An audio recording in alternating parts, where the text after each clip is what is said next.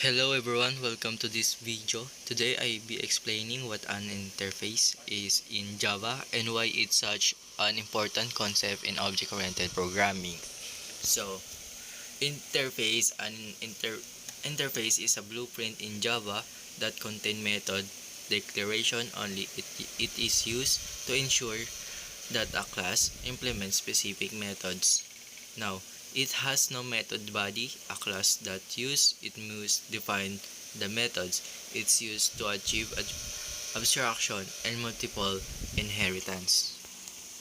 So, here is example of interface code. So, let me explain what is interface. In here code, so in ang interface ay parang blueprint o kontrata sa Java. Nagsasabi ito kung anong methods ang dapat meron ng isang class, pero walang laman ang mga method na yon. Para sigurado na lahat ng class na gagamit nito ay may pare-parehong method names para magamit ng abstraction, tago ang detalye ng code. Pwede rin ito sa multiple inheritance. Isang class pwedeng kumuha ng maraming interface. Halimbawa, itong animal. Itong animal ay isang interface na may method na sound. Nang nakalagay dito sa system outprint is itong the dog says woof.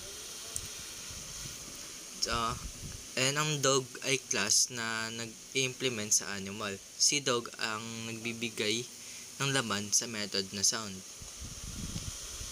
So, bakit gamitin ang interface? So, para siguraduhin na may panahong method ang iba't ibang klase para i-organize ang code at gawing mas flexible. Ginagamit sa polymorphism ability ng object na mag-act in many forms. So, isipin mo ang interface na may parang reseta ng pagluluto. Sinasabi lang ng reseta na anong mga hakbang ang dapat gawin, pero ikaw ang bahalang magluto sa sarili mong paraan.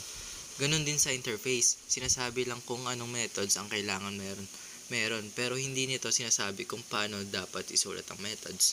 So, try natin run yung code.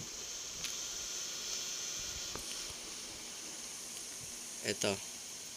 Ayan. The dog says woof. At yun lang yung interface.